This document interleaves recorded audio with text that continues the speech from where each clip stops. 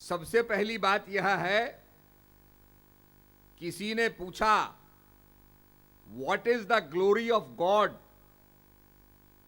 भगवान की ग्लोरी, भगवान का यश किस चीज में है।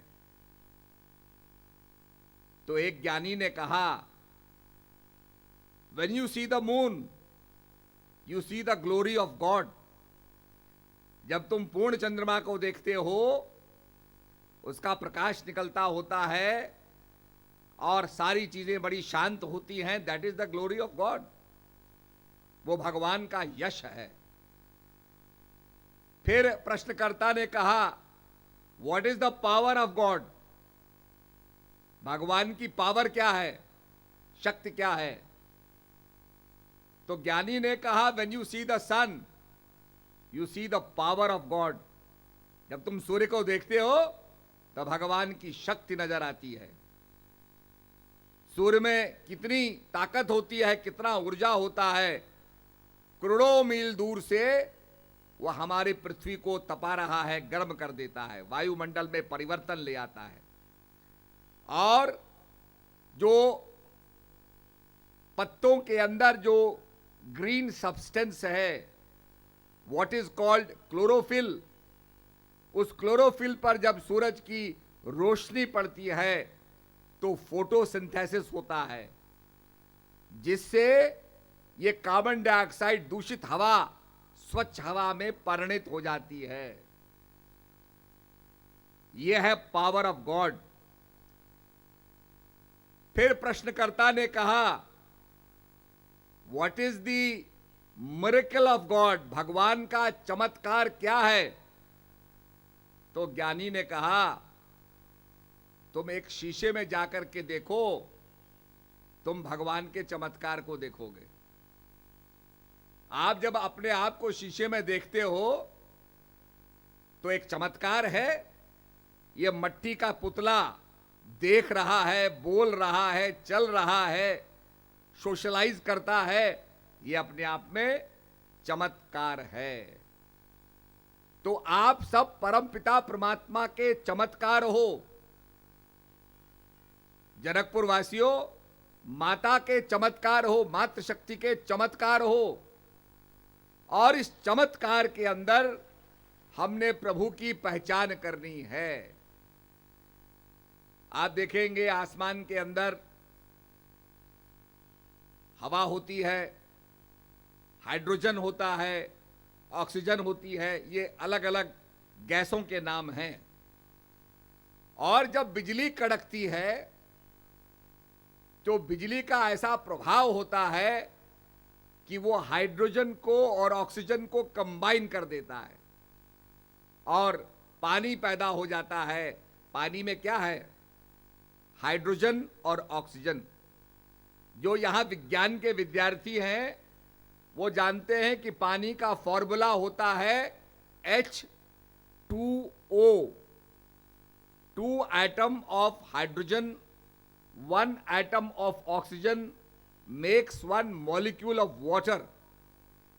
तो ये आसमान के अंदर जो हाइड्रोजन ऑक्सीजन होती हैं एटमॉस्फेयर में, बिजली के कड़कने से कंबाइन कर जाती हैं, मिल जाती हैं, पानी बन जाता है, पानी बरसने लगता है। अब जब पानी हमको मिल गया, अगर पानी के अंदर हम बिजली डालते हैं तो क्या होता है। विज्ञान कहता है पानी में आप इलेक्ट्रोड डालिए, बिजली के तार डालिए, तो एक तरफ हाइड्रोजन निकलेगी, एक तरफ ऑक्सीजन निकलेगी। सज्जनों, आजकल जिस क्लीन फ्यूल की बात की जाती है, जो पूरी तरह से एको फ्रेंडली है, क्लीन है, जैसे हम यहां पर गंगा जी की पूजा के लिए गए, वहां के लोगों ने बड़ा अच्छा नारा दे रखा था, क्लीन एंड ग्रीन। जनकपुर को, नेपाल को क्लीन और ग्रीन करो। मैं बधाई देना चाहता हूं उनको, इतना अच्छा नारा उन्होंने दिया क्लीन एंड ग्रीन का। तो क्लीन फ्यूल क्या है, जिस फ्यूल के जलने से ना तो कार्बन डाइऑक्साइड पैदा हो, ना कार्बन मोनोऑक्साइड पैदा हो, कोई पॉल्यूशन नहीं हो, कोई प्रदूषण नहीं हो, वो क्लीन फ्यूल है हाइड्रोजन का। तो आधुनिक फ्यूल कैसे तैयार हो रहा है कि बिजली को डालो पानी में और पानी में से एक तरफ ऑक्सीजन निकलेगी, एक तरफ हाइड्रोजन निकलेगी। तो कहने का मकसद है जिस हाइड्रोजन और ऑक्सीजन से पानी बना, वो बिजली के प्रभाव से वो पानी अलग अलग हो जाता है, क्योंकि वो पानी हाइड्रोजन ऑक्सीजन से बना, और जब बिजली का प्रभाव उसमें आता है तो हाइड्रोजन ऑक्सीजन अलग अलग हो जाते हैं। ठीक इसी प्रकार से हम अगर दो डंडों को लें, लोहे की छड़ों को लें, उनको बजाएं तो क्या होगा, उसमें से आवाज निकलेगी, उसमें से साउंड निकलेगी, उसमें से नाद निकलेगा।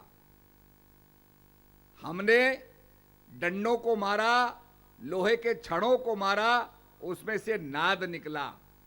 जैसे आपने देखा तबला वाला तबला बजाता है, उंगलियों को मारता है, उसमें से आवाज निकलती है, शब्द निकलता है। ठीक इसी प्रकार से संतों ने कहा कि किसी के मारने से शब्द निकलता है, ऐसे ही शब्द के कारण ये सारा संसार पैदा हुआ। उसको अक्षर ब्रह्म कहा, उसको नाद कहा, और उसको अनहद नाद इसलिए कहा कि वो बिना मारे स्वमेव वो प्राइमोर्डियल वाइब्रेशन एग्जिस्ट करती है। तो मेरा कहने का अभिप्राय कि उसी संतों ने कहा, उस नाद से सारा संसार पैदा हुआ, उसी शब्द से सारा संसार पैदा हुआ। और रामचरितमानस में कहा, नाम प्रभाव जान गणु राऊ, प्रथम पूजित नाम प्रभाव। नाम के प्रभाव को गणेश जी ने जाना। जो यहां जानने की बात कही जाती है, इस नेपाल मानव धर्म सेवा समिति की विशेषता यह है कि हम कहते हैं उसको जानो।